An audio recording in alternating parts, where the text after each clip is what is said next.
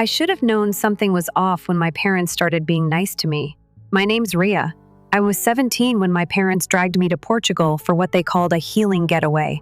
That was the word my mom kept using, healing, like our broken little family could be fixed with sunshine and sangria.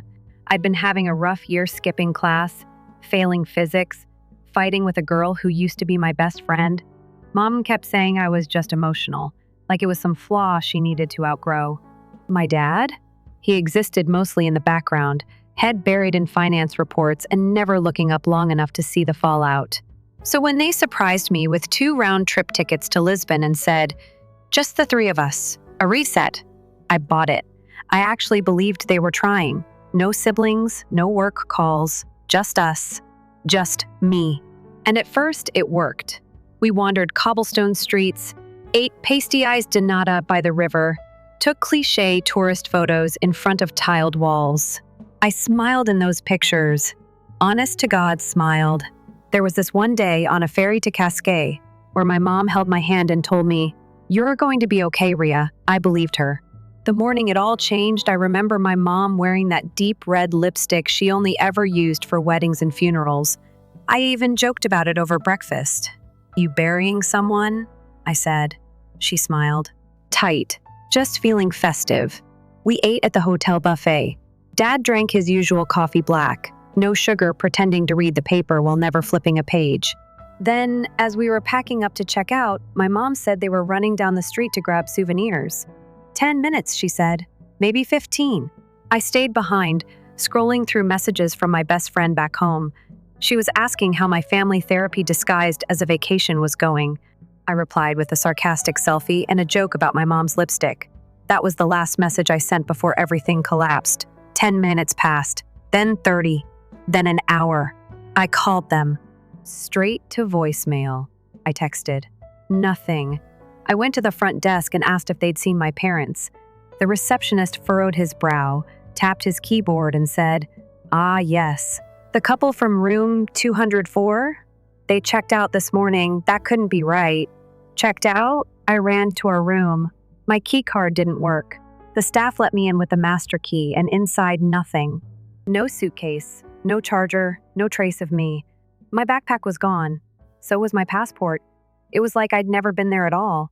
I stood in the middle of that cold, beige room, feeling my lungs shrink in real time. I called again, texted. Nothing. By the 3rd hour, I was sitting on the sidewalk outside the hotel, sobbing into my hoodie, when an older woman asked me in broken English if I was lost. I wanted to scream yes. But how do you explain your parents abandon you to a stranger who's just trying to help? I made it to the U.S. Embassy the next day, eyes swollen and throat raw. A woman in a navy blazer and heels too tight listened to my story and typed something into her computer. I remember watching her face as she paused, lips tightening. "Ria, your return flight was canceled. Your name is no longer listed under your parents' health insurance. You've been removed from their emergency contacts." She said it gently, like it would land softer. It didn't. I left with a printout of nothing. No options, no plan, just a name that no longer belonged to anyone.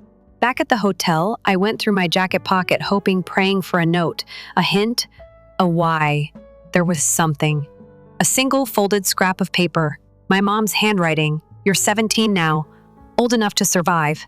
No apology. No contact. No love. Just survival instructions from 2 people who'd vanished like ghosts. That night, I curled up behind a dumpster behind a tiny corner cafe, my knees to my chest, jacket zipped to my throat. I didn't sleep. I didn't even close my eyes. I just existed. The city didn't stop for me. Mopeds zipped by. Music played. Laughter spilled from patios. Somewhere out there, families were making toasts and holding hands. Mine had left me behind. Days blurred. I stole crackers from market stalls, slept in doorways, brushed my teeth in gas station bathrooms. I was invisible in a city that didn't know I'd ever existed. On the 4th morning, my luck ran out. I reached for a roll cooling on a tray behind a bakery, and a hand clamped around my wrist. I thought it was over. Police. Deportation. The end. But instead, a woman with flour-smudged cheeks and a streak of silver in her braid said in a thick accent, "You hungry?" I didn't speak, just nodded. She pointed to a mop. Then work. Her name was Ines. She was 67, ran the bakery alone, and didn't ask questions she didn't need answers to. I scrubbed pans, wiped windows, hauled sacks of flour that weighed more than I did. That night, she gave me a blanket and pointed to a cot in the back storage room. You stay, you work, you eat, no smile, no comfort, just stability. And honestly, it was the kindest thing anyone had done for me in weeks. Ines didn't talk about family. She didn't ask about mine. But every night, she left a piece of fresh bread wrapped in parchment beside my cot, like a quiet way of saying, I see you. And I started to believe. Maybe being seen didn't always have to hurt. Part of me thought Ines would eventually ask questions. Where I came from, why I slept in a bakery storage room. But she never did. She just handed me a mop when I showed up in the morning and a piece of bread when I finished at night. That was our rhythm, silent but steady. For the first time in weeks, I wasn't floating. I had a place to be, a routine, a name someone remembered. She called me Ree, like the R rolled off her tongue, and somehow it felt more real than anything my parents had ever called me. The bakery was small, tucked between a post office and a fabric shop, but it always smelled like warmth. Yeast, cinnamon, roasted sesame. I'd wake up early just to stand near the oven when it kicked on. It wasn't comfort, not exactly, but it was heat, and that was enough. I learned fast how to knead dough at the right pressure, how to scrub a tray without warping it, how to time the bread so it came out golden, not pale. I couldn't speak much Portuguese, but Ines didn't need words to teach. She taught with nods and hand gestures, sometimes smacking the counter when I rushed a step. I never minded. There was something about her no-nonsense presence that made me feel safe. Like she didn't have the time or energy to lie to me. At night, when the bakery closed and the world went quiet, I'd sit by the back door with a cracked laptop I found in a dumpster. The screen was broken on one corner, and the keyboard only worked if you pressed hard, but I got it running. I borrowed Wi-Fi from the cafe across the street. Every night, I sat beside the humming fridge, watching YouTube videos about math and science and whatever else popped into the algorithm. I signed up for a GED course through an old email account. Nobody knew I existed, but the internet still let me in. Funny how it works like that. Some nights, I'd take out the note from my jacket pocket, the one my mom left me. You're 17 now. Old enough to survive. I didn't unfold it to cry. I unfolded it to remind myself that I was still surviving, still here. I think I needed to see those words just to prove that they hadn't broken me. Not completely. A few weeks in, Ines started saving the loaves that came out too ugly to sell. She wrapped them in brown paper and left them near my cot, always with the same little nod. She never said anything about it, just left them like little pieces of permission. Like she knew love, for someone like me, had to come in small, quiet ways. One night while I was wiping the counter, she said, almost like a whisper, "My daughter had hands like yours, always too curious, always asking why." She didn't say anything else. I didn't ask. But the way she looked at me after that was different. Not softer, just more certain. Like she knew I wasn't just a girl sleeping in her storage room. I was someone rebuilding. The first time I made money that didn't come from mopping or scrubbing, it was through a shipping company I'd read about in a wrinkled magazine left behind by a customer. They were restructuring, laying off staff, pivoting routes. I didn't know much about stocks, but I did some research, watched 6 hours of tutorials, and took a risk. I put in the 180 euros I'd been saving to buy better shoes. 2 weeks later, it tripled. It wasn't the amount that mattered. It was the shift. Something cracked open in me that day. For the first time, I wasn't just reacting to what life threw at me. I was choosing. I was learning how to move through this world without begging it to notice me. Ines caught me staring at a spreadsheet once, squinting at numbers under the flickering light of the back room. She chuckled and said, "You play banker now?" I shrugged. "Just learning." She nodded like she already knew. I don't think anything about me surprised her at that point. From there, I couldn't stop. I became obsessed. I watched lectures, read translated business blogs, even downloaded a scanned copy of Warren Buffett's essays off a sketchy site. I highlighted sentences on old receipts and napkins. His voice became my background noise as I scrubbed pans or waited for the oven to ping. I learned how to open accounts, how to reinvest, how to calculate risk. The bakery became my sanctuary, and the back room became my unofficial university. By 19, I was consulting under a fake name I created using an old street sign and my favorite pastry. I helped a local shop reduce their supply costs by 30%. I fixed a broken e-commerce site for a hostel. They paid me in cash and free Wi-Fi. I never used my real name. I didn't want attention. I just wanted freedom. One winter, I bought Ines a new espresso machine. She didn't say thank you. She just used it and added a second mug to the counter every morning, like she knew I'd earned it. I started sending money to shelters in the States. Quiet, anonymous donations. Always under the radar. Part of me wanted to believe I was doing it out of kindness, but deep down, I think I wanted someone to notice, to wonder, who was helping these girls the way we never did? Even with progress, even with clients and growing accounts and spreadsheets full of color-coded goals, I still felt like the girl who'd slept behind a bakery dumpster. That part of me never left. She showed up in quiet moments. When someone raised their voice, when I smelled jasmine soap, when a woman on the street wore my mom's lipstick color. I wasn't broken anymore, but I wasn't whole either. I was building, and every brick reminded me of the rubble I started from. Then one day, it happened. The thing that shook the ground beneath me. Ines was flipping through a stack of old international newspapers someone had dropped off at the bakery. She didn't even look up, just slid a page across the table and tapped the bottom corner. "Do you know this address?" she asked. I stared at it. The street name, the zip code, the number etched into my childhood, the crooked fence, the cracked driveway. The Florida home they bought after they left me. The one they posted about like it was a new beginning.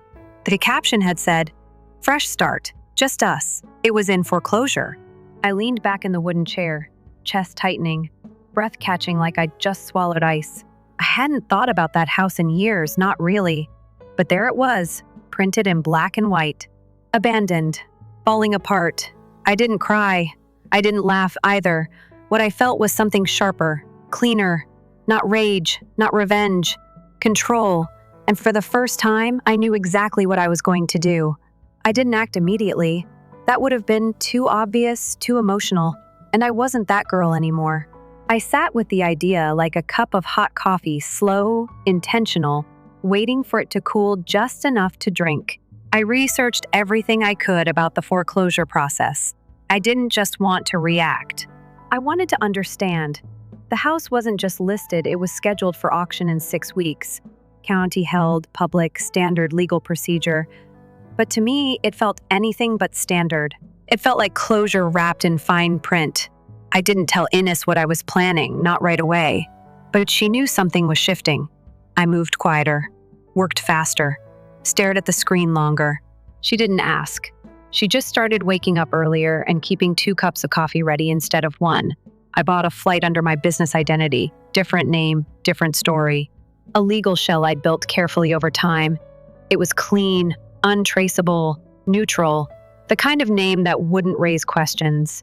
I wore navy slacks and a white button-up, pulled my hair back. Not to look professional, just invisible. The auction was held in a county building parking lot. Plastic chairs, sunburned officials, a folding table with laminated signs that said "Register here" in block letters. Most of the people there looked like clichés men in polos with tablet portfolios, retirees squinting over property pamphlets, one guy in a hat that said "cash only." Nobody looked at me twice. Perfect. Ines came with me, said she wanted to see something fall into place. She stood beside me the whole time, arms crossed, face unreadable. She held the bidding card because my hands were shaking just slightly, and I didn't want them to see. The house was halfway down the list. Lot 42. The auctioneer's voice was too loud, too cheerful. When he read out the address, I felt it in my spine. I could see the street in my mind, the mailbox we weren't allowed to decorate, the window I used to press my forehead against while waiting for rides that never showed up.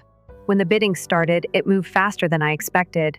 Another buyer tan, khaki shorts, probably a landlord, raised his card without even looking around. Ines didn't hesitate. She raised ours. We went back and forth for a minute, his brows furrowed, irritated. He glanced at us like we didn't belong. I almost smiled. The final price landed just above the county estimate. The gavel hit the table. Sold to bidder 118. That was us. We didn't say a word on the way out. Not out of shock, but because there was nothing left to say. I had just bought the house my parents left me for. Their second chance, their upgraded life, now mine. Not in a metaphorical way, not poetic justice. Literal ownership, their kitchen, their bedroom, their garage filled with the new beginnings they told the internet they earned. It all belonged to me. I didn't celebrate. That's not the kind of power this was. It wasn't loud. It didn't need confetti or champagne. It just was. Clean, quiet, complete. A week later, they got the notice. Certified mail, legal wording. 30 days to vacate or face formal eviction. I wondered what their faces looked like when they opened it. Did they panic? Deny it? Did they recognize the company name on the paperwork? I doubted it. I made sure the name sounded like a trust fund out of Boston. Nothing that would link back to the girl they left at 17. Their lawyer reached out the next morning, requested a meeting with the new owner, said his clients were interested in negotiating, asked for compassion, said they were confused, blindsided. Inez answered the call, played the role of property rep perfectly. Cool, clipped, professional. She asked what they hoped to discuss. He said they'd like to speak directly with whoever purchased the home. She said she'd arrange it, hung up, turned to me. You ready? I wasn't, but I said yes. We picked a neutral location, a small real estate office near the edge of the county. Private, clean, no distractions. I wore the same navy slacks, same plain shirt, hair tied back, no makeup, not hiding, just impossible to read. They arrived 2 minutes late. My mother walked in first. Beige sweater, oversized sunglasses, clutching a leather purse like it held her reputation. My father followed, slower, carrying a folder like he had something important to say but didn't know how. They didn't recognize me. Not right away. They sat across the table and waited, unsure. I let the silence stretch, then slowly removed my sunglasses. My mother's hand went still, her mouth opened slightly. She blinked once, twice. My father's shoulders dropped. I spoke first. You left me in a foreign country. No money, no ID, no explanation. My voice was calm, almost bored. That made it worse. My mother tried to respond, but the words caught in her throat. We thought, maybe it'd be easier that way, if we just disappeared. Her voice was thin, not guilty, just nervous. She looked at me like she wanted me to believe it had been mercy. I didn't. You could have said something, I replied. Anything. But you chose to vanish. You erased me. She flinched. You were difficult, Ria. We were barely holding it together. You were spiraling. You were the parents, I said. You were supposed to catch me, not run when I slipped. My father still hadn't spoken, just stared at his folder. I turned to him. Say something. Tell me this wasn't your idea. He didn't look up. Your mother said. I don't care what she said. My voice finally cracked. You let her do it. You watched her erase me like I didn't matter. He finally looked up. His eyes were glassy. I didn't think you'd make it. I sat back. Well, I did, and now I own the house you live in. My mother gasped, like she'd only just realized this wasn't a bluff. I slid the deed across the table. Signed, dated, stamped. Their faces collapsed. Inez stepped into the room, clipboard in hand. Neutral as stone. You'll need to vacate within 30 days. We'll send a formal timeline by courier. My mother looked between us like she was waking from a dream. You can't do this. We're your parents. I looked at her. Really looked at her. No, you were my parents, and you made your choice. She started crying. The same performance tears I'd seen all my life. The ones that always came when consequences did. I didn't blink. I didn't reach for her. Inez placed a manila envelope in front of her. Legal instructions. Please review them thoroughly. My father reached for the folder again, but there was nothing left in it that mattered. Just regrets, delays, words he never said in time. I stood up, calm, composed. You asked why now, why I came back. My voice was even. Because I needed to see your faces when you realized I didn't need you to come back. I just needed you to know I did. And then I walked out. I didn't go back to check on them. I didn't need to. They made their choices in silence, and now they could sit in it. I thought I'd feel triumphant, like I'd finally won, but what I felt was quieter than that. It was like standing on a rooftop and realizing the view is better when no one's talking. The noise was gone. The begging, the guilt, the explanations. None of it mattered anymore. I had turned to their final page. The online backlash came next. They posted about me. Pictures, vague captions, long-winded status updates dripping in martyrdom. They said I was ungrateful, said I'd been manipulated, said they had done what was best for me. My mother's post was the worst 3 paragraphs of veiled accusations, flanked by emojis and fake prayers. "We just want our daughter back," she wrote, as if she hadn't left me in a foreign country without even a note to say goodbye. I didn't reply. Not once. I let the posts sit there, marinating in their own delusion. Ines asked if I'd seen them. I nodded. "Let them talk," I said. "I'm too busy building something real." We didn't keep the house the way it was. That place had ghosts clinging to every corner, ghosts of lies, of fear, of abandonment. We stripped it down, painted over the sickly yellow siding with something warmer, replaced the cracked tile in the kitchen with soft oak laminate. The live, laugh, love signs went into the trash. So did the dusty photo frames that held no memory of me. We built something new, and this time, it was for people who knew what it meant to be left behind. We called it the second door. A safe house, but more than that, a soft landing for girls like me. Girls too old to be anyone's child, too young to survive on their own. No one asked questions. We just gave them a bed, a key, and a place to breathe. Ines took charge of the baking classes. Every Wednesday, she taught them how to make bread with their own hands. She never coddled, never sugar-coated.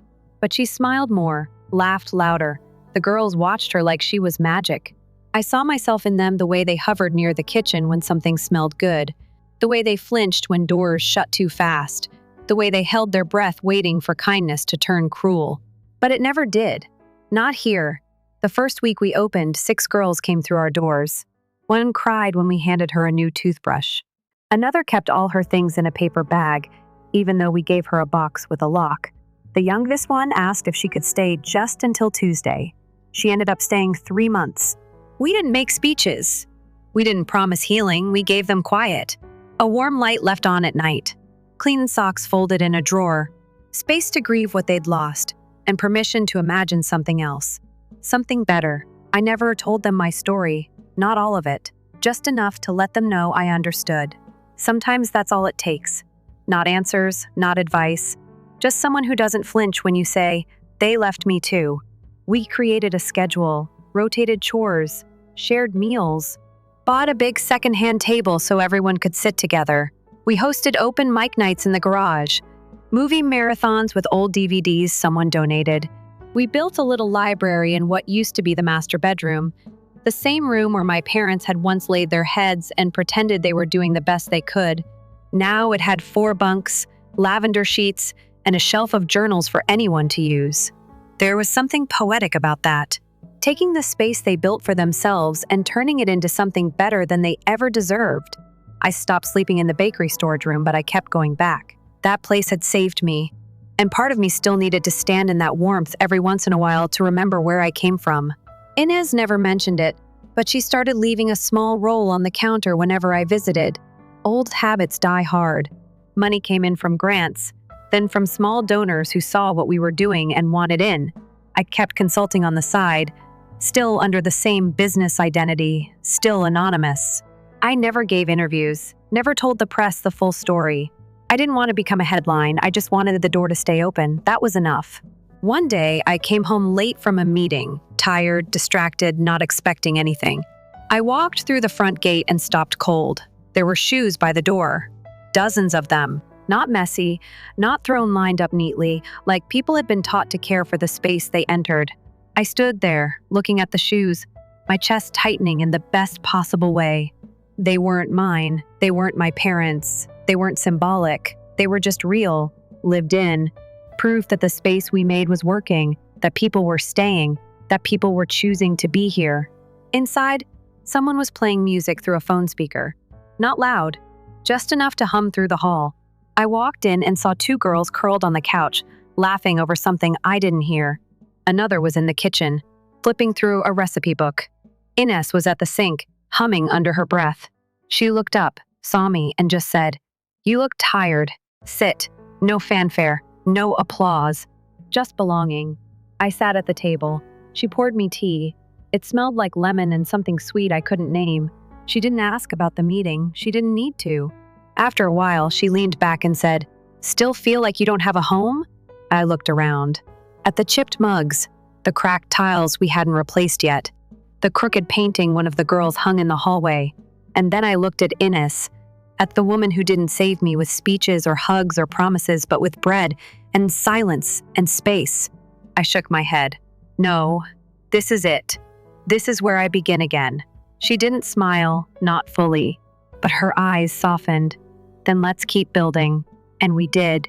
It had been almost a year since we opened the second door when the past found its way back to me. Not with sirens or threats or some dramatic confrontation. It came in the form of a letter, handwritten.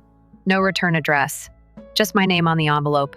No title, no business alias. Just Ria.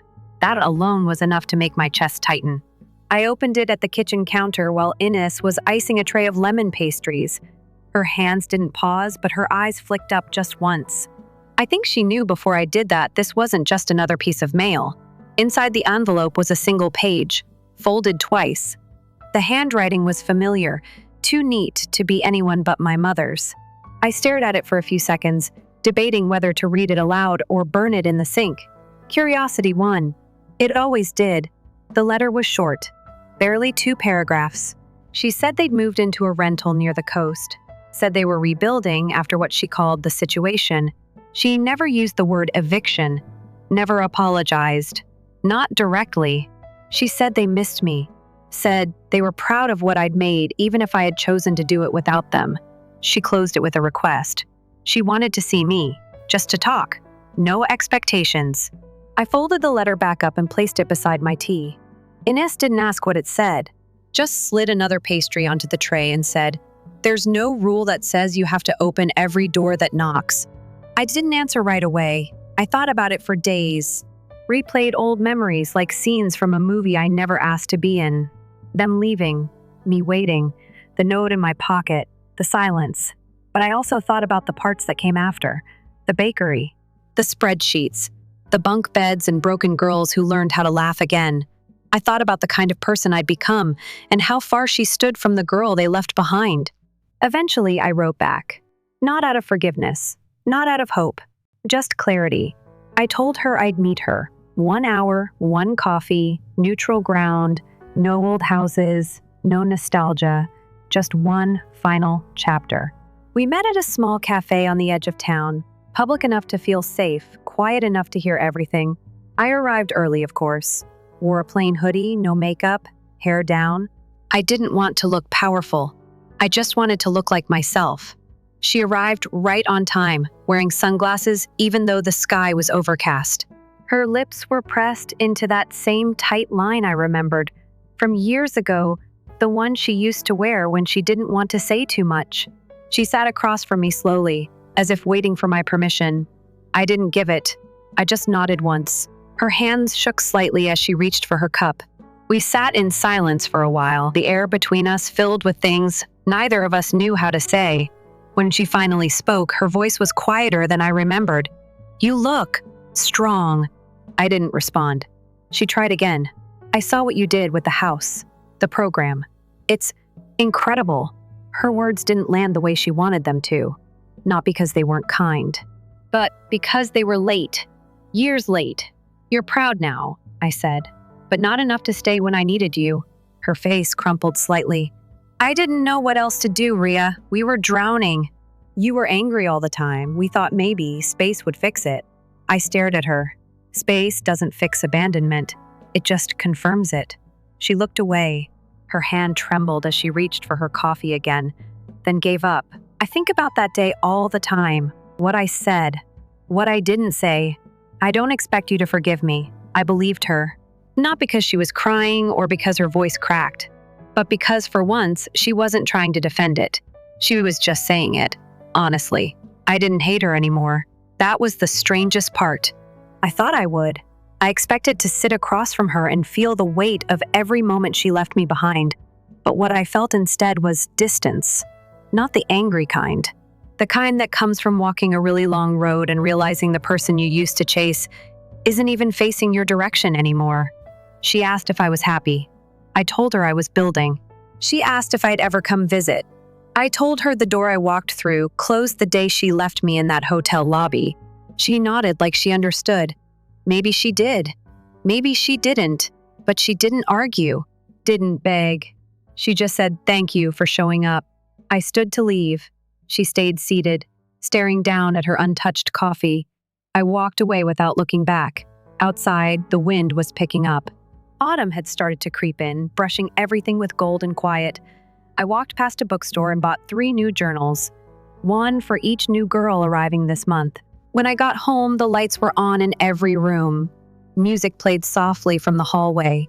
Laughter drifted through the window like steam from something warm. I stepped through the front door, and one of the girls called out, "Dinner's almost ready."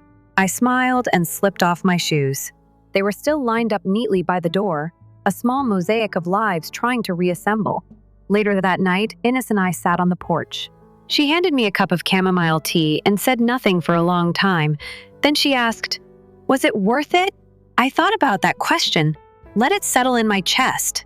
It wasn't closure, I said, but it was enough to leave the door shut without wondering what's behind it.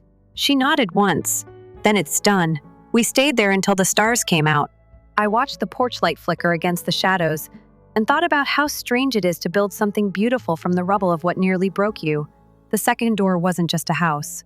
It was a living, breathing monument to the idea that beginnings can come from the worst kinds of endings.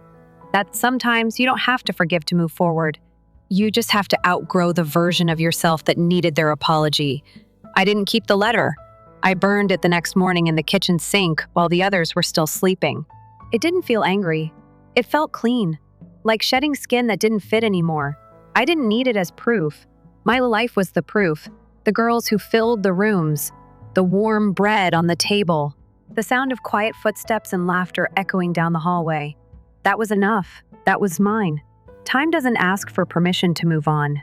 It just does. One morning, you wake up and realize it's been 3 years since the world you knew fell apart, and somehow, without even noticing, you built a new one. A better one. A quieter one. I never planned on staying in Florida. It was supposed to be a stop, a detour, a final piece of closure. But the house changed that, or maybe I changed it. Maybe when you turn something that once hurt you into a sanctuary for others, it stops being a scar and starts becoming a seed. The second door was thriving. We had 20 girls rotate through in 2 years. Some stayed a few weeks, others longer. A few came back after trying to make it on their own and finding out the world still isn't kind to girls without a place. We never judged. We just made more space. I used to think healing looked like forgiveness, but healing is actually structure. A key that works.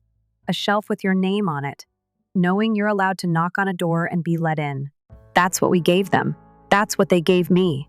The community started noticing. First with small donations, then with local articles. We kept things low-key. No personal stories. No full names. Just purpose. We held our first open house fundraiser in the fall. The backyard was strung with lights. Tables covered in food. The scent of cinnamon rolls and fresh basil drifted in the air. I stood in the corner for a while, watching the girls lead guests through the house. They pointed to the shelves they built, the art they painted, the curtains they picked out from thrift stores. Pride looked good on them. Confidence did too. At one point, a woman came up to me, said she recognized me from a business podcast I'd been quietly interviewed on months before. She asked why I didn't lead with my story. Why I didn't brand the whole place around my journey. I told her the truth. I said, because this was never about making people understand what I survived. It's about proving I was never the problem to begin with. She didn't say anything after that, just nodded and walked away. That was enough. Eventually, we bought the lot next door. An abandoned duplex that had been boarded up for years. I negotiated the price down through a silent bidder and transferred ownership to the nonprofit. We turned it into a transition space. For girls who'd stabilized, found jobs, started school. Still not ready to live alone, but strong enough to try. We called it Threshold. It had 4 units, shared utilities, and the same lavender-painted mailboxes we'd used for the second door. Ines cried the day we opened it. She said nothing, just wiped her eyes and handed the new residents loaves of bread wrapped in twine. I think it was her way of giving them roots. By now, I'd become the kind of person people emailed for advice. Financial planning, grant structuring, community building. I never expected that. I used to be the girl crouched behind a bakery, stealing leftover rolls. Now people were quoting me in business workshops. I still didn't use my full name, just initials and a logo that meant nothing unless you knew the story. That anonymity gave me peace, gave me freedom, let me live without explaining. I didn't want applause. I wanted impact. One morning, I walked through the house before sunrise. I like to do that sometimes, walk the halls when everything was still. The rooms smelled like eucalyptus and warm laundry. I passed the shared bathroom where someone had left a sticky note on the mirror that said, "You don't have to be whole to start." I smiled at that. Later, I found out one of the new girls had written it. She didn't know how true it was. That week, we hosted a writing workshop. One of the girls asked if we'd ever tell our full stories. She said, "Don't you think it matters where we came from?" I looked at her and said, "Only if we're still trying to prove something. But you don't have to prove pain to earn peace." She didn't ask again. But the next day, she left a poem on my desk. It ended with the line, "She didn't ask to be seen, but the world turned to face her anyway." I kept it. Inez started talking about retiring, but I could see it wasn't real. She still showed up every morning at 7, flour on her hands, tea in her thermos. She said she'd stop baking when her hands forgot how to fold dough without thinking. I told her that meant she'd never stop. She shrugged and said, "Then that's that."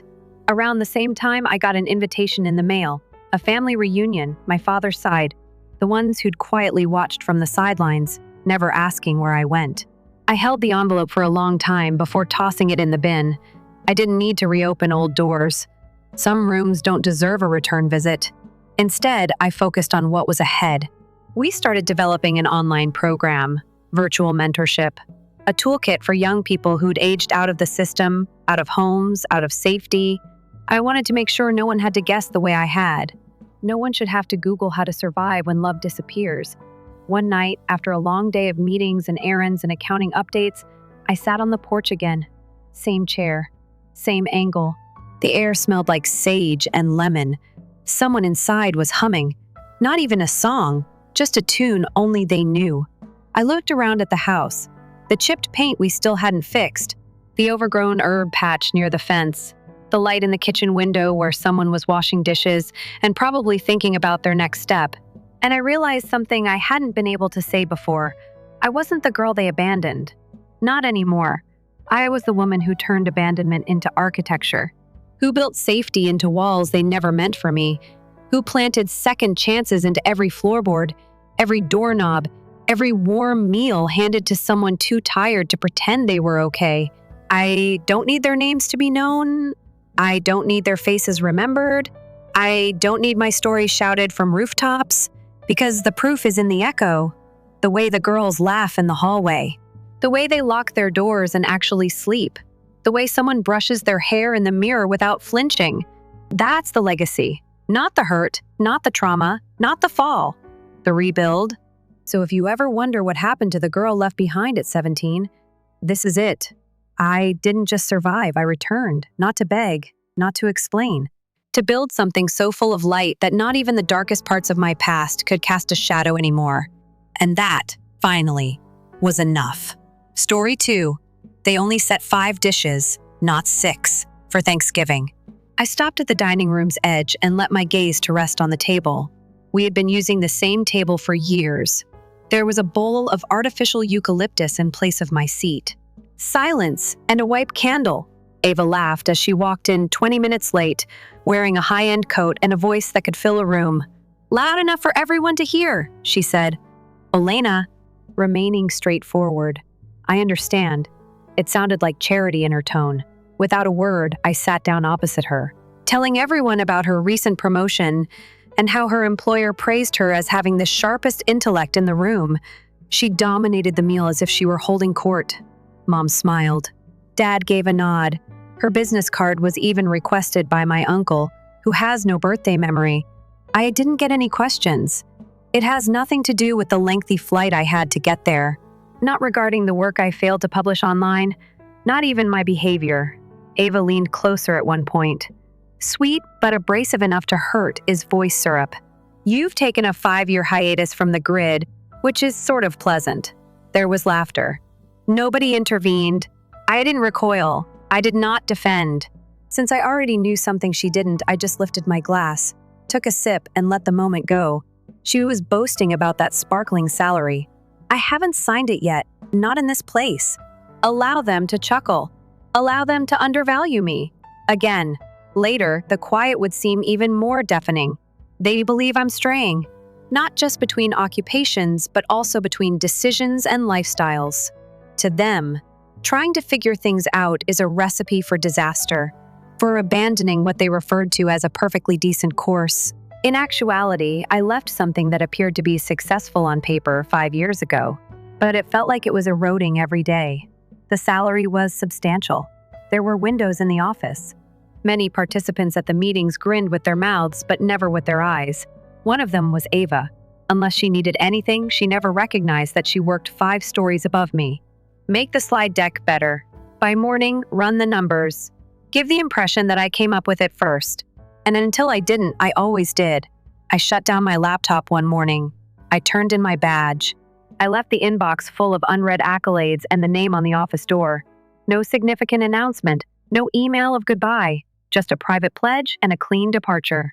I would begin anew according to my own terms. One gradually created something that nobody anticipated. A small consultancy business, slender and silent. Small enough to be concealed, yet large enough to make a difference. 3 contractors. Not a single office. Customers who made their payments on schedule and never inquired about my college location. About it, I didn't post. I kept my family in the dark and didn't add titles to my profile, and they poured their own version of me into the void.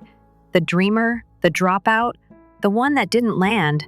That narrative was written as though it were true. However, the conclusion, I still own that portion. The following morning, it arrived. Ava texted, "Tomorrow is brunch," bringing along some adorable clothing for the girls.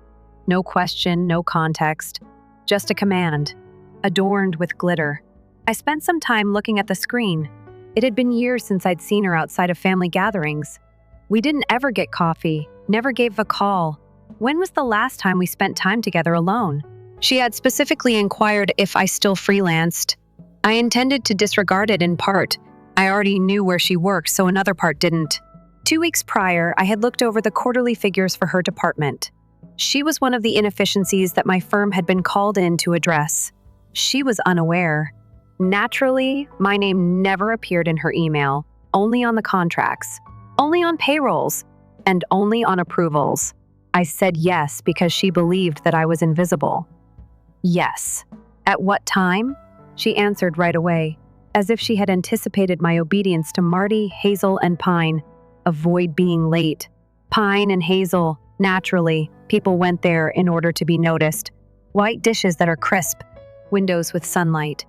Waiters who posted pictures of you on the cafe's Instagram and addressed you by name.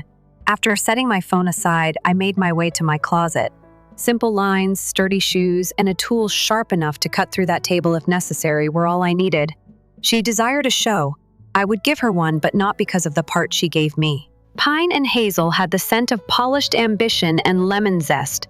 I arrived on schedule, not even a minute early, not even a moment late. The hostess stared at my shoes for too long before grinning as if she had decided something about me. From behind, Ava gave a wave. She had a full table. Mimosas make the eyes of 3 women in matching neutrals gleam. Laughter just loud enough to sound like power. When I sat down, no one stood to greet me. Ava barely looked up.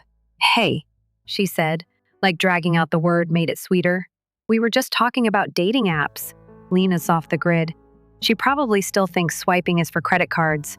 They laughed. One of them, Chloe, I think, tilted her head and asked, "So what do you do?" Before I could answer, Ava leaned in. "She's exploring, soul first, spreadsheet later. That kind of freedom is rare." It wasn't even cruel on the surface, just carefully packaged condescension. I stirred my tea. The waiter arrived with menus, but Ava waved him off. We'll do the prefix. She's with us. That last part. She's with us. Landed sharper than it should have. It wasn't hospitality. It was hierarchy. I looked at the table. Their watches, their effortless posture, their casual assumption that I didn't belong unless someone claimed me. I didn't correct her. Didn't mention the consulting firm. Didn't say a word about her department, her pay stub, or the name printed at the bottom of the contract. Instead, I smiled, took a slow sip of water, and folded my napkin into my lap. Let them think I was nobody. It would make the reveal all the more memorable. Brunch moved on like they expected it to.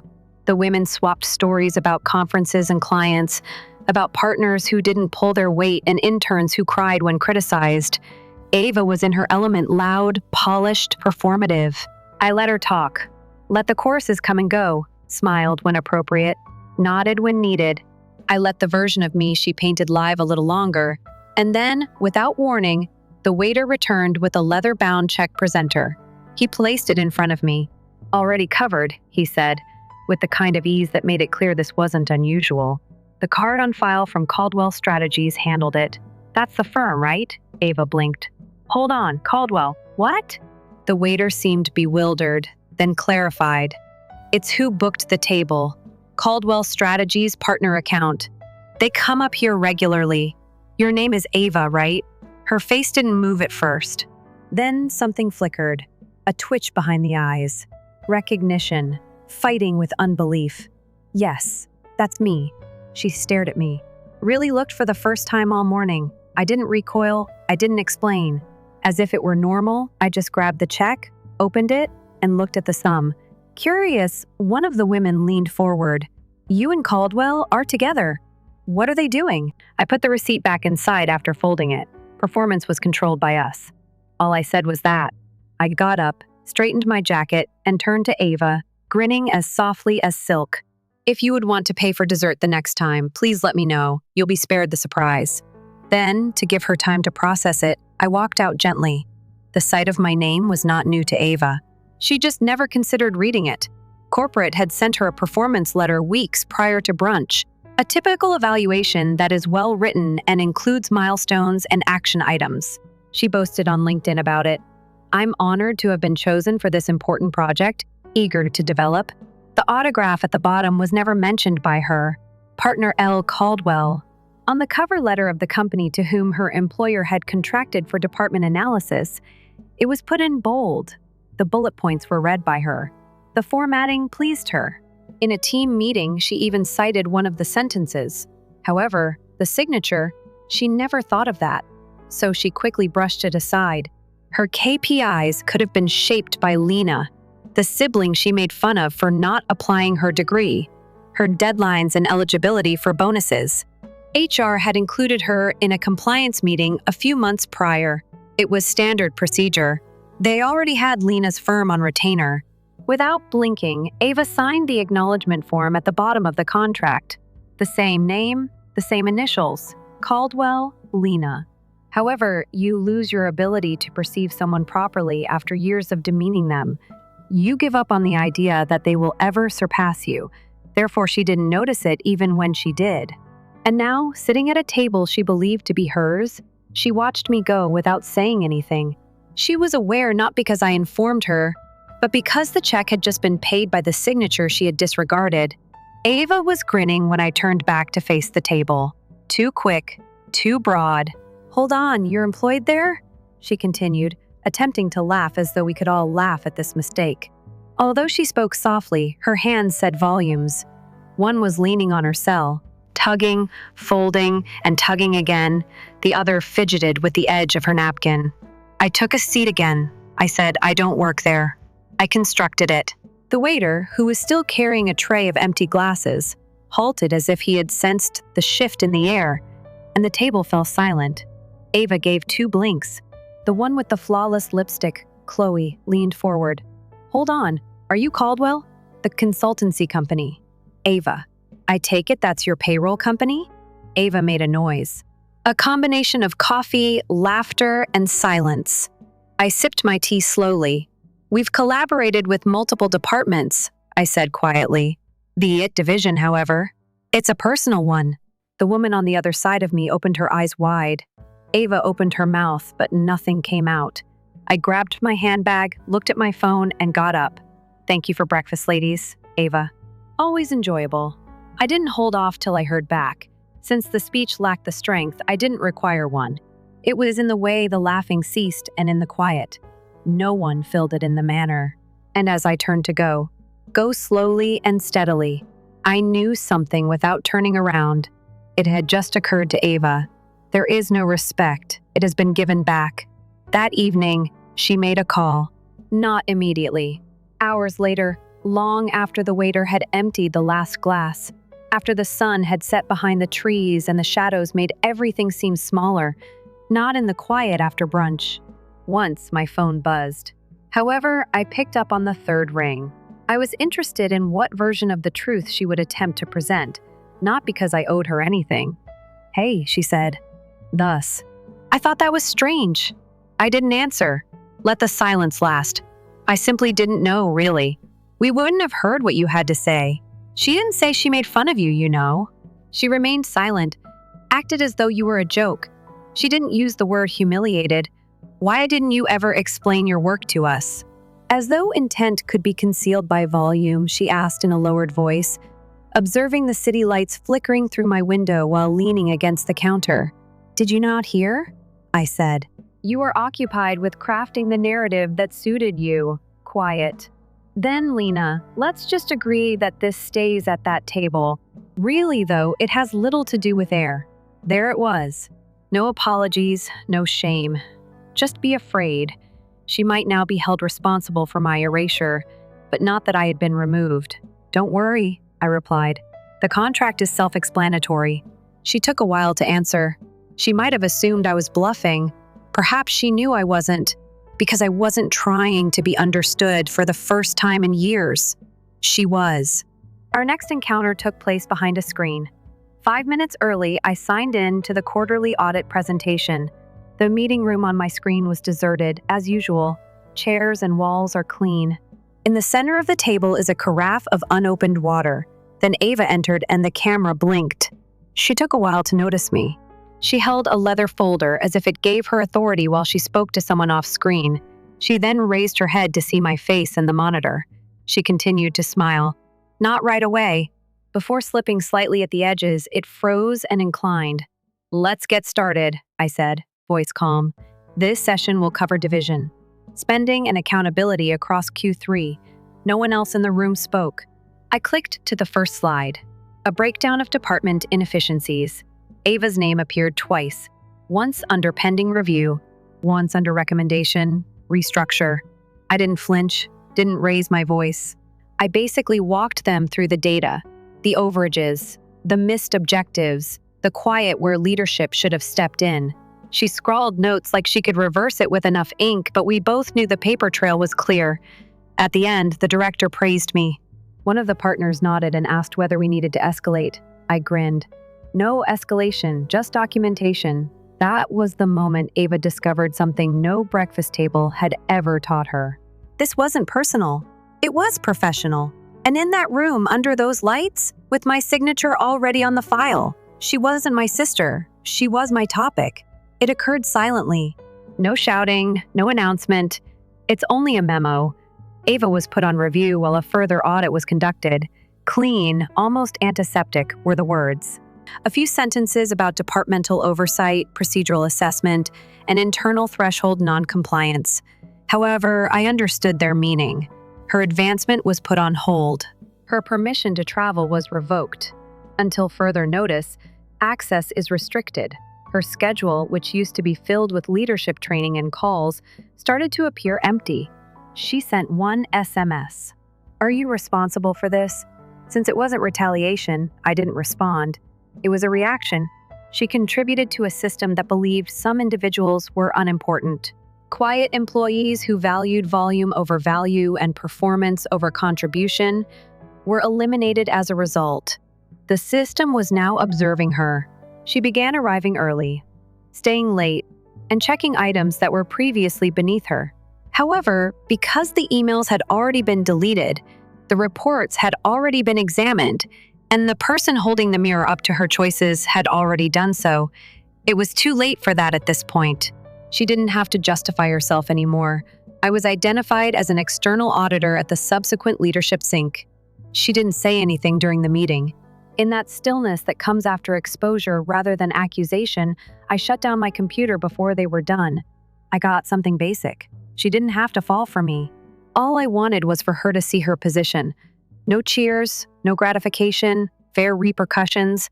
I didn't go back to work. Nothing I needed was left there. On a Friday, the final audit report was issued. 2 hours outside the city, at a bright cafe where no one knew my name, I signed it, and the waiter kindly addressed me as ma'am. This time, the stillness seemed deserved. Ava never got back to me, nor with another message, nor with a call. As these things go, I heard in a whisper that she was thinking about alternative options, a kind way of expressing that there was no more room for her in the building, the way it was, as well as myself. I stopped shrinking and apologizing for being difficult to describe, for creating something intangible, and for leaving before the applause began. Entered areas more slowly. Prolonged eye contact.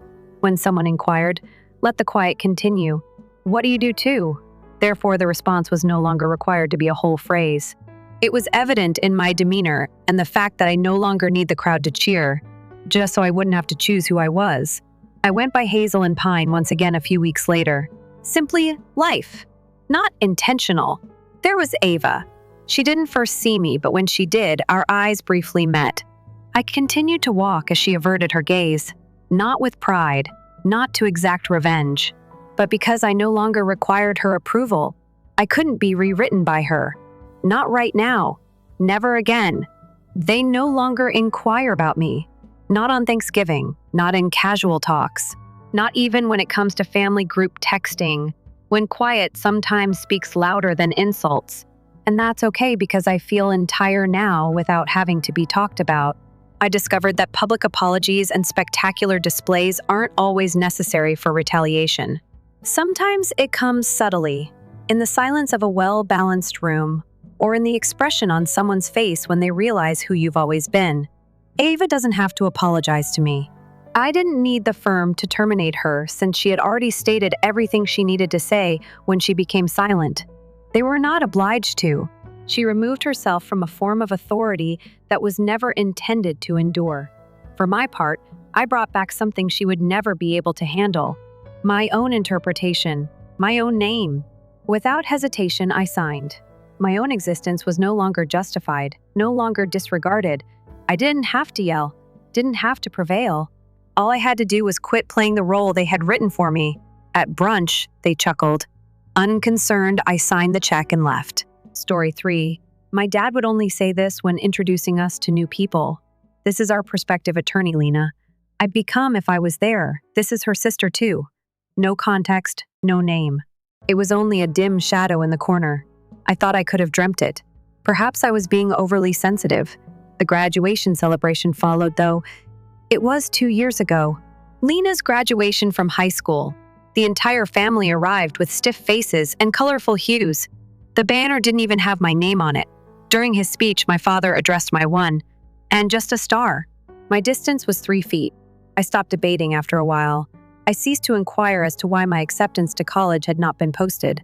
Why they didn't pay a visit. Why there was a fresh picture of me missing from every holiday card. I recall looking at one. They distributed a Christmas picture. They all wore crimson, even the canine, and my former location. It was focused on Lena, cradling the dog. Our parents surrounded us as if we were the ideal nuclear family. I wasn't cropped out. They took the picture again. I wasn't disowned according to anyone. Nobody made a declaration. However, I discovered how individuals pass away without being buried. How to be gracefully eliminated. I'm called Isaiah Morgan, and I don't exist according to my father. It was a Tuesday when the email arrived. It wasn't my relatives. Obviously not. It came from Eastern University's alumni office. Just in separate lives, Lena and I ended up attending the same school. Subject line, "You're welcome. Highlights of the class of 2025 commencement." I nearly erased it. Even though I don't often read emails with confetti headers, The preview attracted my attention. A ceremony will announce the special guest featured keynote investor. Before I noticed it, I browsed past happy pupils, donation links, and parking directions. A blurred shadow bearing the name of the CEO of one of North America's fastest-growing rural medtech businesses. Rumored to be me, but not verified. I couldn't decide whether to race or halt. Nobody was aware that I owned the business. I used clinical collaborations and angel funding to build it covertly under a pseudonym. I was not looking for attention. All I wanted was some distance. So far. A second email arrived in my mailbox a few hours later. I wasn't intended for this one. My aunt and the rest of the family exchanged a series of forwarded texts. Pictures of Lena's gown and headpiece. A menu for catering, seating diagrams. Then my father said a sentence. "Don't tell Isaiah about it, please." A distraction on Lena's special day is the last thing we need. Distraction? No insult ever could have the same impact as that term. They didn't simply ignore me. They made plans to avoid me being there. And I wasn't depressed for the first time in years. Something frigid touched me. Sharper. I had no intention of attending her graduation. No, the room next door would be mine. That night, I spent a lot of time sitting in the dark. No music, no lighting. Only the faint brightness of my laptop screen and the hum of my refrigerator. Like background noise, their words kept repeating in my mind. "Don't tell Isla about it, please. It will be ruined by her. She always manages to turn it into something about herself." And I think they're real. Not everything at once. Not like a bolt of lightning. It's more like erosion, slowly, throughout many years, until you don't know where you're going. Then they start talking. Perhaps they were correct. Perhaps I was the issue. That Christmas crossed my mind. I didn't return home. I let the birthdays to go unnoticed. Unanswered texts from cousins who were at a loss for words. I reflected on how I kept the firm I founded a secret from everyone and filed all of my legal documents under a false name to keep myself from being connected to them. Perhaps that was self-centered. Perhaps it was self-protection. I wasn't sure even now. I gazed at the black laptop screen that reflected myself. Eye fatigue, half-tied bun hoodie featuring my startup's logo. They labeled the girl a dropout, but nobody knew her. The girl who turned to leave. I never got the impression I wanted from anyone. And do you truly exist if no one sees you? I opened my laptop once more the next morning and signed into our investor site. It was there. Verification. The keynote address at Eastern University's commencement has been confirmed. The name will be revealed. I wrote 3 words into the box that said display name, then hit save. It began with a rustling coming from the back of my kitchen drawer. Said CEO, Isla Morgan. I was merely searching for a takeaway menu, nothing more. My hand touched paper or perhaps batteries. I took it out. A 5-year-old crumpled meal receipt was twisted at the corners and discolored. I instantly recognized the calligraphy on the reverse, even though the ink had almost disappeared. Being loud is not a prerequisite for having power. The handwriting of my mother. That was the type of small message she used to place on inside mirrors. During winter examinations, I tucked books inside the pockets of my coat. When I was 19, she passed away. I constructed something, but she never saw it. She never saw me get up. However, that sentence, she seemed to have timed it for the moment. My CTO, Owen, sent me a mail the same day. The investor summit has been shut. Same weekend, same campus. We're leaving. I spent a lot of time looking at the message. I had another memory at that point. On the other side of the quad from the peak would be Lena's graduation. Same hour, same date, same university. It had the lyrical feel of a well-drawn circle. I had also received an invitation to enter. Was it 2 tabs I opened? One is for a guest name on Eastern University's graduation ticket site, and the other is for the summit itinerary. I used a fictitious name and made a reservation for a front row seat. I had no intention of speaking. I had no intention of making a scene. All I wanted to do was observe. Not her. Them. I was eliminated by them. I had no intention of taking back my seat at the AI table. The building next door was supposed to be mine. At 2:07 a.m., the university's confirmation email arrived. Sharp. My front row ticket at the graduation and my seat at the investor summit both reinforced that I had a foot in both worlds, one college, one weekend. On the graduation ticket, I used a monogram instead of my true name. I was not looking for attention. Not quite yet. I want closeness. I desired to see the face of my father. When he became aware that the spirit he had buried might nonetheless unexpectedly enter a room, I brought a black dress, a pair of low shoes I hadn't worn in years, and a light blazer on the morning of the trip. When I presented my business to a group of investors, they didn't even inquire about my undergraduate degree, so I wore the same pair. I didn't spoiler alert, but I had a plan, a rationale, and figures. Traveling to the east via rail, I went by the former science building where I used to sleep in between courses and where Lena used to go about telling her pals that I was merely a dropout. In the summit program, my name was now subtly making the rounds. The attendant at the graduation gate grinned and scanned my ticket when I got there. An early request was made for this seat.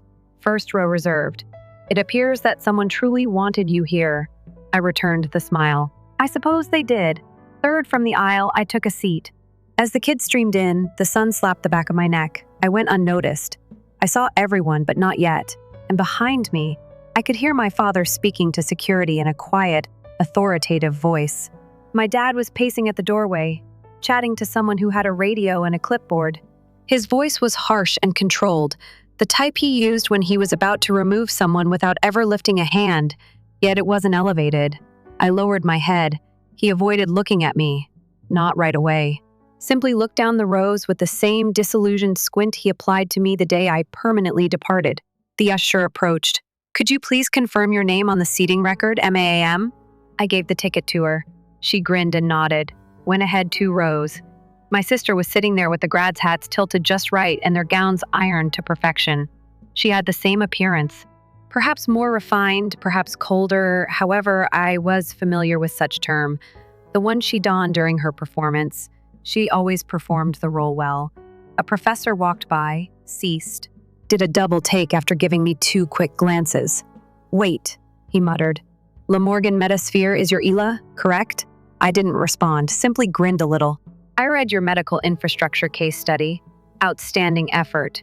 2 individuals in the row behind me turned their heads across the quad as he shouted it, just loud enough. Banners from the university flew. The loudspeakers began to click. The moment has come for the ceremony to start. My father shouted again, louder this time, behind me. She shouldn't be present. The list does not include her. I didn't recoil. Give him a look. Allow him to seek, fume, and squint, because the girl he believed he had deleted was no longer there. The woman in the front row was the only one who did. The entire school will soon be familiar with her name. 40 minutes after the graduation ceremony across the quad, the investor meeting was set to start.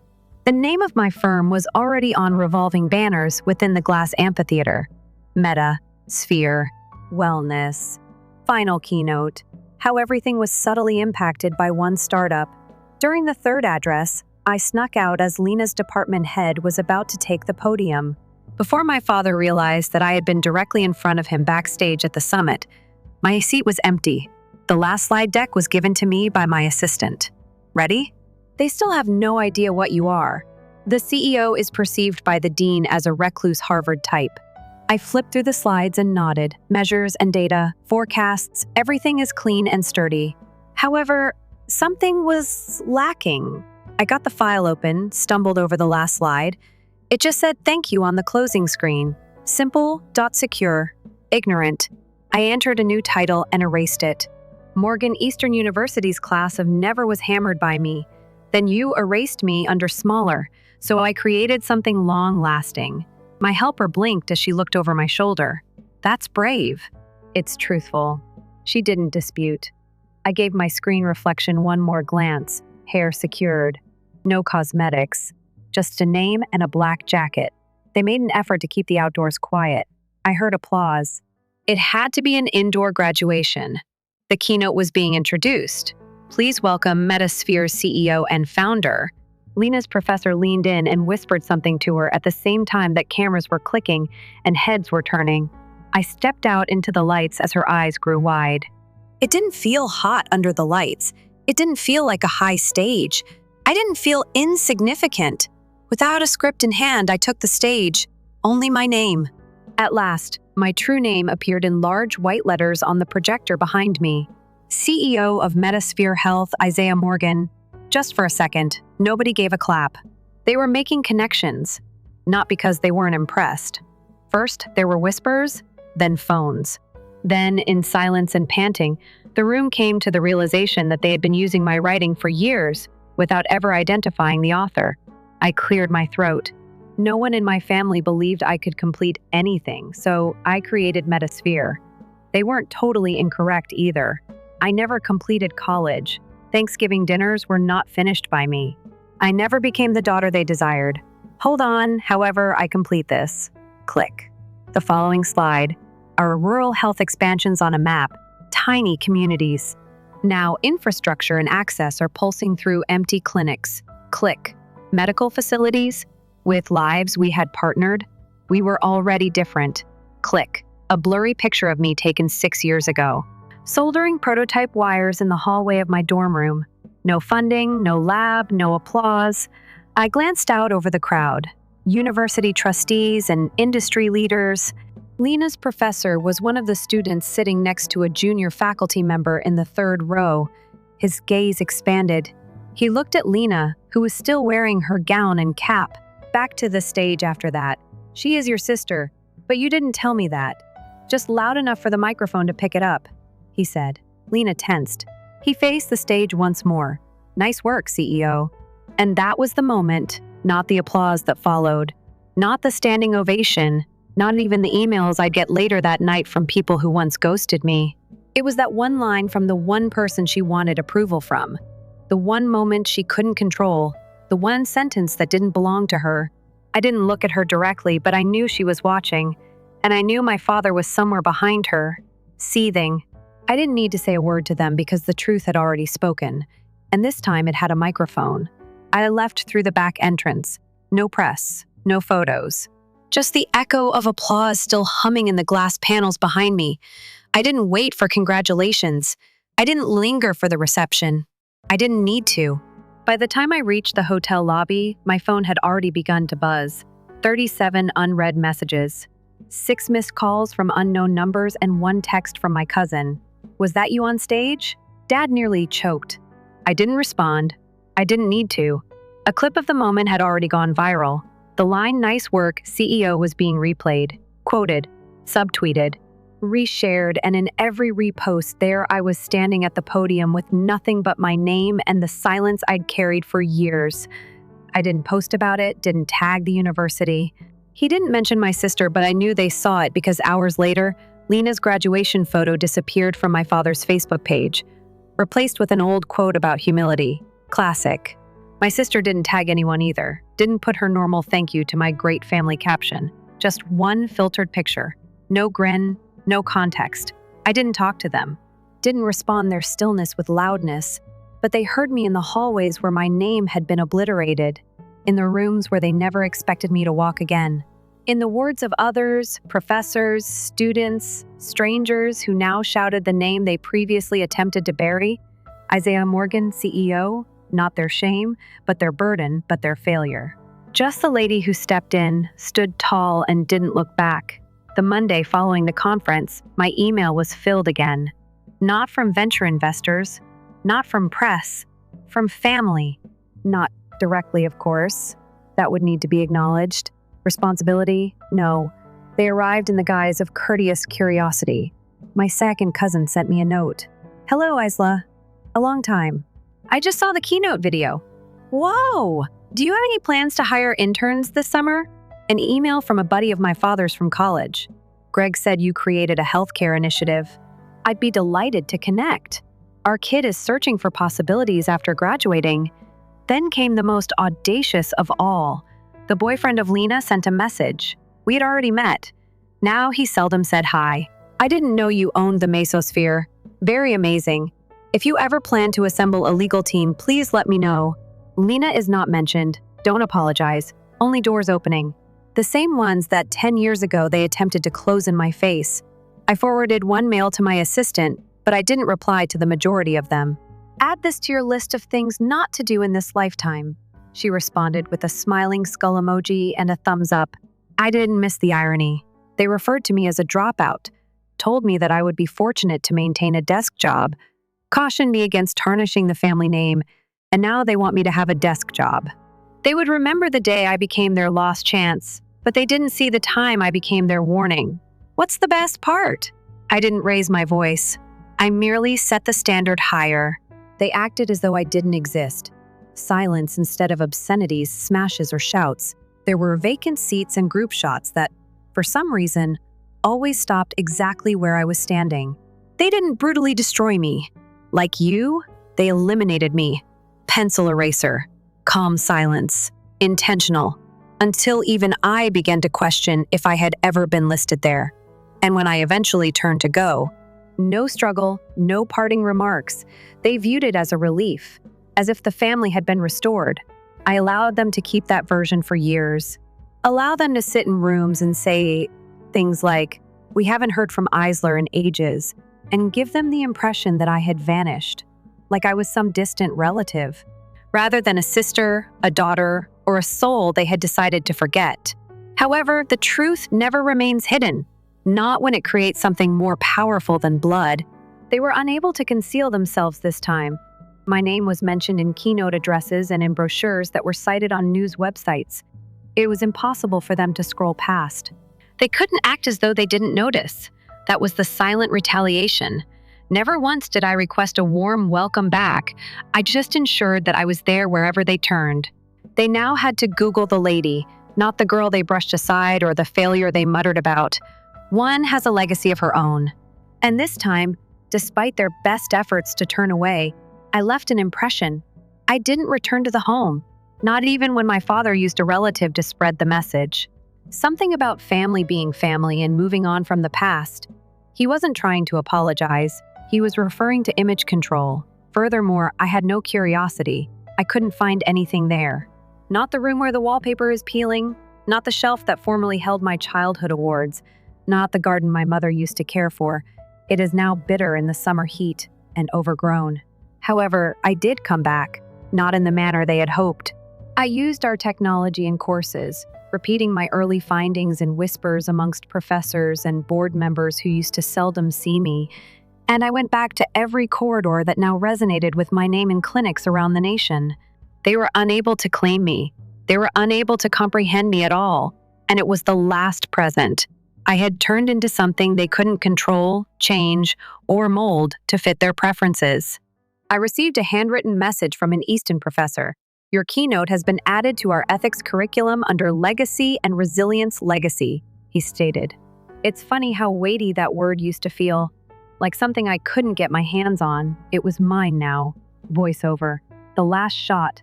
They acted as though I was an interruption, an error, a vacant seat at the incorrect table. However, I returned with something louder after they buried me in quiet. I returned with the truth. Go away. The music rises. A black screen. As the CEO of Morgan, I use white lettering, not to be forgotten.